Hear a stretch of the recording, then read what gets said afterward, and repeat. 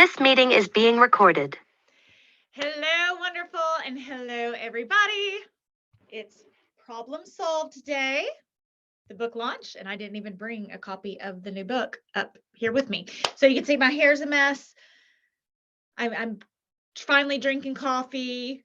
I'm rolling into this book launch and this day like on two wheels and just like trying to make it in life because launching a book is crazy, and I need my friends and family to remind me next time I have this crazy idea to write a book that maybe I shouldn't because it's a lot of work. But I'm so thankful to be here and be this day. And one of the main concepts of the book, Problem Solved, Simple Habits for Complex Decisions, is helping people get unstuck. If you have followed my work over the last half decade, you know I've helped people rebuild amazing lives after high conflict relationships with a parent or partner. And there's a lot of stuckness to that, right? There's a lot of like, oh, it really wasn't that bad, or maybe it was, or I don't believe in myself, or maybe it's my fault, maybe it's not, and really perfected this art of language and getting someone unstuck and getting them to move from point A to Z in their best interest. And one of the huge concepts in the new book, Problem Solved, Simple Habits for Complex Decisions. And it is one of the things we're going to talk about today. So, couple things in helping someone get unstuck. Okay. First of all, we have to figure out where to focus their attention. Okay, so I want you to imagine like a flashlight. You have a flashlight and you're going from here and you're going from here. Now, this could be someone stuck at work, someone stuck professionally, someone stuck personally, a friend who's stuck. Okay. And one of the magic questions that I talk about in the book, or the magic question, is what problem are you trying to solve? What problem are you trying to solve? So when I'm speaking to someone, when I'm coaching someone, when I'm helping someone, I say, what problem are you trying to solve? And it's interesting when I work with leaders and teach people who are really smart this concept, they always want to change it, right? They always want to like improve my method. So it's like I say, okay, the magic question is, what problem are you trying to solve? And they want to ask, what goal? What are your goals? Or what problem can I help you solve? Or it's funny because they always want to like improve the method in their mind. Don't improve the method. Just stick with it. There's lots of things in life you can improve on. This comes from the School of Hard Knocks. I have worked very hard to perfect this sentence. Okay, so what problem are you trying to solve? And I am passionate about getting people out of learned helplessness. If you had trauma as a kid, a controlling parent, maybe you were neglected, maybe you had a bad teacher, maybe a coach was mean to you, right? Like we've all come from the School of Hard Knocks, right? And within that process, you learn maybe that you don't have control of your life. And so if someone in your life is stuck personally or professionally, they probably don't have a growth mindset. They probably don't feel like they are the change in their life. They probably don't feel like they are their own superhero. They probably don't feel like they are responsible for creating an amazing life. They probably think life happens to them rather than thinking that they are the creator of their future, that they are the creator of their existence. So when you say, what problem are you trying to solve? You're saying, one, I believe that you're a problem solver. Our brains are problem-solving machines. It's how we got away from I don't know, were we around with dinosaurs? Whatever. But it's how we got away from dinosaurs. It's how we got away from native tribes that were fighting with each other. It's how our ancestors survived. They recognized danger, they solved problems, and made the world better. It's how innovation is created. It's how we make change and create things. Okay. So what problem are you trying to solve? Says, I know you're a problem solver. I believe that you're a problem solver.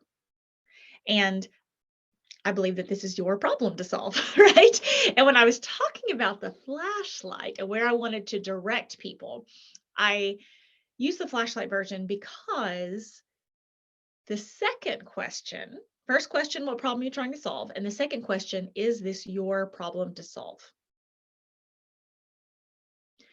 Because our brains do this very weird thing, which is, what problem are you trying to solve? I'm trying to solve your problem. I'm trying to solve your problem. I'm trying to solve this that's out of my control. I'm trying to solve the past. I'm trying to solve the future that I can't control. I'm trying to solve my ex-partner. I'm trying to solve my parent that I'm frustrated with right now. I'm trying to solve my child's problem that I'm frustrated with. I'm trying to solve, they will, like, our brains want to shine that flag, or coworkers. I want to change my coworker's personality. I want to change this, right? It's anything and everything that is not within our control. We want to change the past, other people's personality.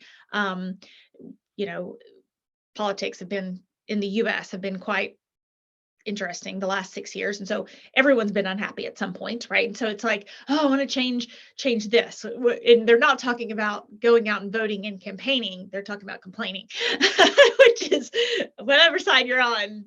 It's kind of the thing, right? We really like to shine our flashlight on things that we really cannot do anything about. So, first question, somebody complains, they're stuck. Okay, what problem are you trying to solve? I'm trying to solve my brother's personality. Okay, is that your problem to solve? No. Your brother's personality, okay.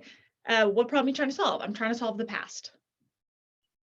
Okay, do you feel like that's a problem you can solve? Is that your problem to solve? What problem are you trying to solve? I'm trying to solve my coworker's bad day. Is that your problem to solve? What problem are you trying to solve? I'm trying to solve my boss's personality. Is that your problem to solve? Typically, they're a little sneakier in the way they say it. You know, they don't say like, I'm trying to, solve problems that aren't mine to solve. They're a little sneakier about it, but the result is the same. Okay. The result is the same. What problem are you trying to solve? And I guarantee, like, I am not a person who likes to, in my own life, there was like someone in my life that was really like, this is the truth. You need to listen to me. Right. And I just really do not like saying it in those terms and like, here, this is the truth. You need to listen to me. But here I am kind of saying it because I promise that there's a difference in moving and moving forward. And there's a difference in motion and momentum. And I see a lot of people, and it's like they're on a racetrack just going in circles and they're burning fuel, and it's expensive. Gas is expensive right now. It's expensive to burn fuel. They go get their pit tank and like people work on them. So they're paying people to work on this pit tank. And then they're just, and their nervous system's all like, I'm racing. But they're not going anywhere. They are not going anywhere, but they feel as if they're going somewhere because they're pushing the gas, they're dodging from right to left, right? So they're trying to solve problems. Their brain is a problem-solving machine. And the problem they're trying to solve is, how do I get around the racetrack faster? Rather than how do I move forward? How do I connect with my dreams? How do I connect with my goals? How do I get the life I want? How do I build the relationships I want? How do I build the wealth I want? How do I make this job maximize my profit so I can get a promotion? And it's crazy when you start paying attention, start asking questions. How, and I'm not blaming people. I'm like, it's like a default wiring in our brain that I just want to point out and just say, oh my gosh, life can be so much easier. I promise you can achieve things and get your goals and have more time and less stress. I promise. Because what I see is so many people on that racetrack, and they are burning energy, and they are thinking, and they are spending money, and but they're not solving the right problem. Because the problem they want to solve and the problem they want to focus on, whatever that default is in the human brain, is, how do I shine my flashlight on my kids' problems? I'm just going to focus on, my adult child, for example. I'm just going to, I get this on coaching calls. I'm like, okay, so what problem are you trying to solve? It's like, oh, my child's in this situation. And I love my children. I'm super compassionate about that. But most of the time, it's not their problem to solve. And they're spending all their energy and effort on someone else's problem, which they don't have control over. And they're worried and they burn energy and they research and they this and they that, or, in leaving a relationship, it could be, what problem you want to solve? I want to solve my spouse's personality. I want to solve my grandmother's personality. I want to solve my uncle's personality. I want to solve, my boss's personality. I want to solve my coworker's personality. I want to solve, guys, there is so much potential before you.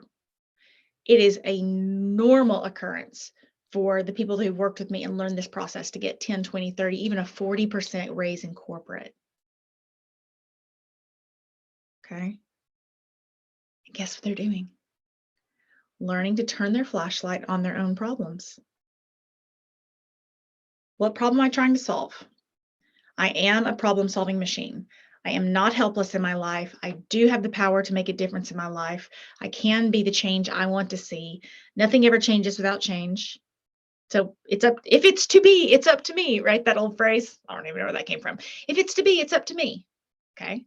What problem are you trying to solve? Clarity. And it's an easier question. Like, what do you want? And I know a lot of people ask that. It's a very hard question for most people to answer. They typically go with what they don't want. Okay. So what problem are you trying to solve? It kind of itches that scratch of like there's something wrong. And it's like if you're kind of in the mood to complain or grumble, it's like, oh, here's the problem, right? Rather than what do you want, it switches to the solution too quickly.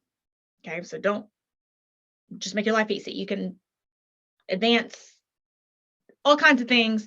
Just ask the question as is, please. Okay, so what problem are you trying to solve? And it's, again, that self-responsibility. What problem are you trying to solve? I'm the problem solver of my own life. So I have my little problem solve shirt on. And first question, what problem are you trying to solve? Second question, is this your problem to solve? Focus your time and energy, or if you're trying to help someone else get stuck, just gently point out, it seems like it seems like you're stuck moving but not going anywhere.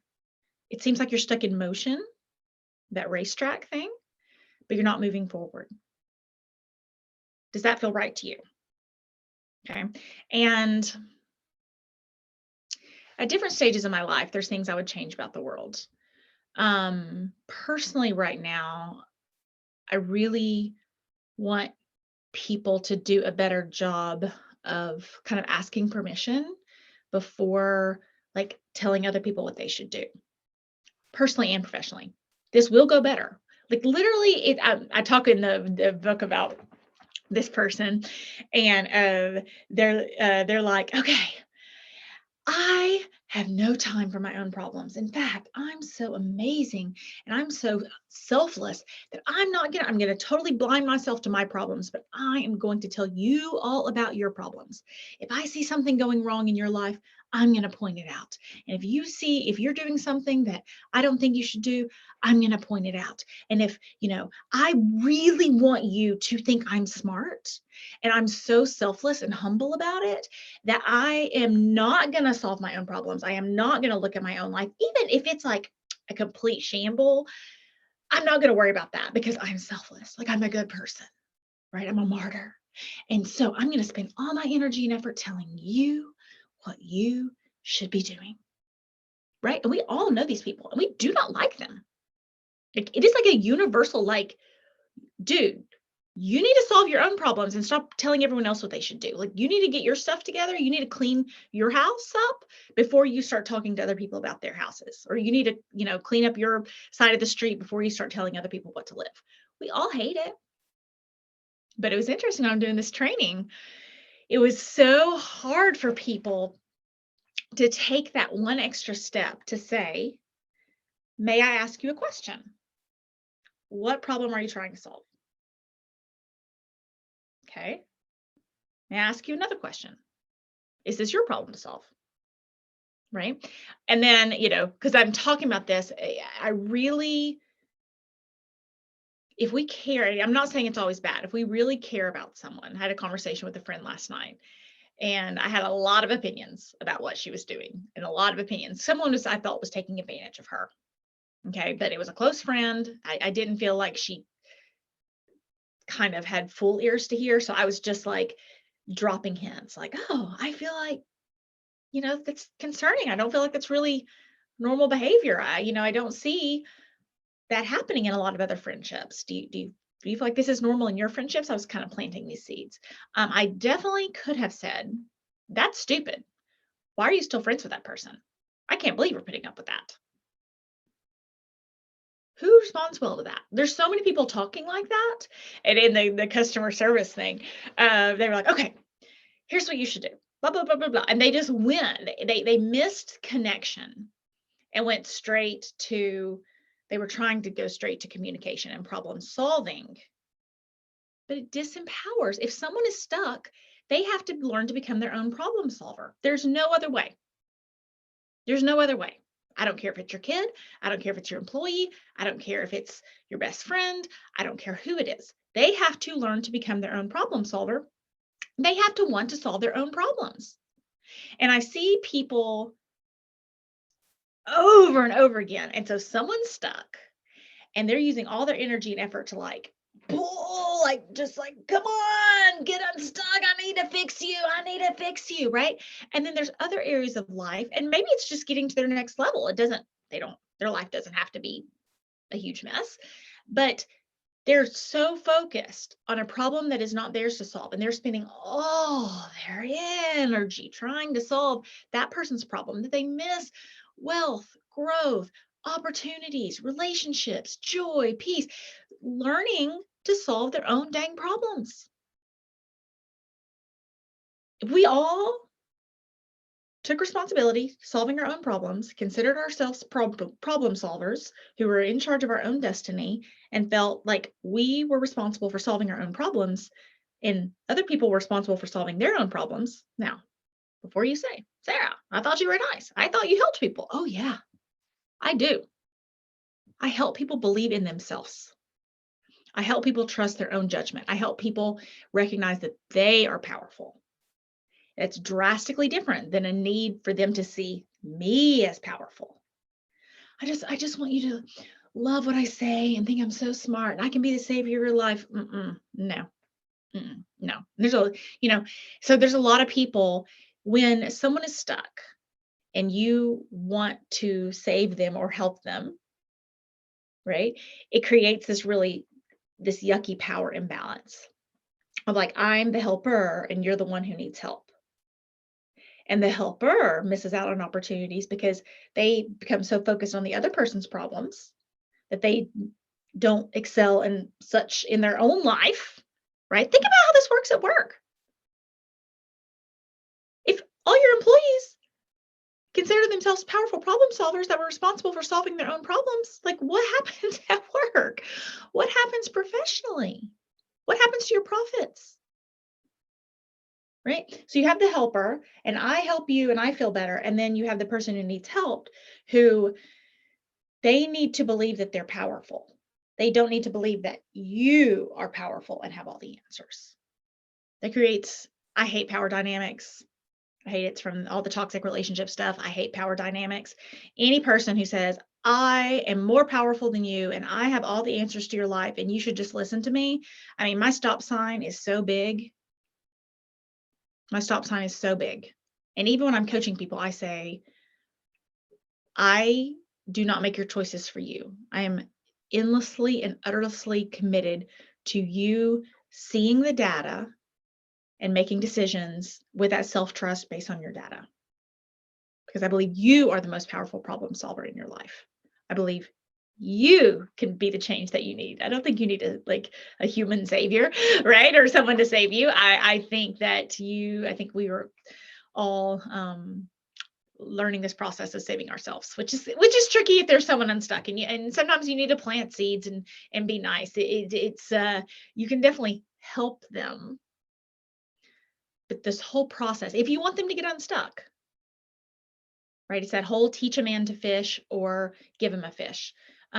Teaching someone to believe in themselves and to believe in their own power and to think through problems so that they can come up with creative solutions and focus their energy on their problems to solve. It's like a launch through life and just really creating true confidence. So funny when people ask me about questions about confidence, I'm like, so what kind of confidence do you mean? Like public speaking or like looking good in a bathing suit? And they laugh because they instantly recognize that confidence is this like multifaceted double thing, because not everyone who looks good in a bathing suit is comfortable public speaking, and not everyone comfortable public speaking feels good in a bathing suit. After this book writing and launching, I'm not feeling good in a bathing suit at all right now. I'm not putting one on to give back to my health now that the book is out. Writing a book is terrible for your health. Makes your butt grow. I don't know. It just does. So a lot of sitting. But this whole process of getting people to believe in themselves. What problem are you trying to solve? And then your job is to help them kind of redirect that with permission. May I help you this? May I walk you through this? May I talk to you about this? Getting them to focus in on their own problems to solve. You know, it seems like you could really make a lot of impact in your life and create a lot of change in your life if you kind of took the energy you were using on their problem to solve and kind of maybe used it on one of your own goals. You know, have you ever thought about that? Or is that something you might be interested in? Right. And giving them the choice. If someone is stuck and someone else comes in and says, well, here's what you should do. I am the expert in your life and I know exactly what you should do, without them asking or without permission, it's never going to go well. I see it all the time, personally and professionally. We may really want to shake them and really want to get them unstuck, but the goal and the real way to get them unstuck is to create powerful, independent problem solvers who learn a process for solving their own problems. They will have less time and less stress.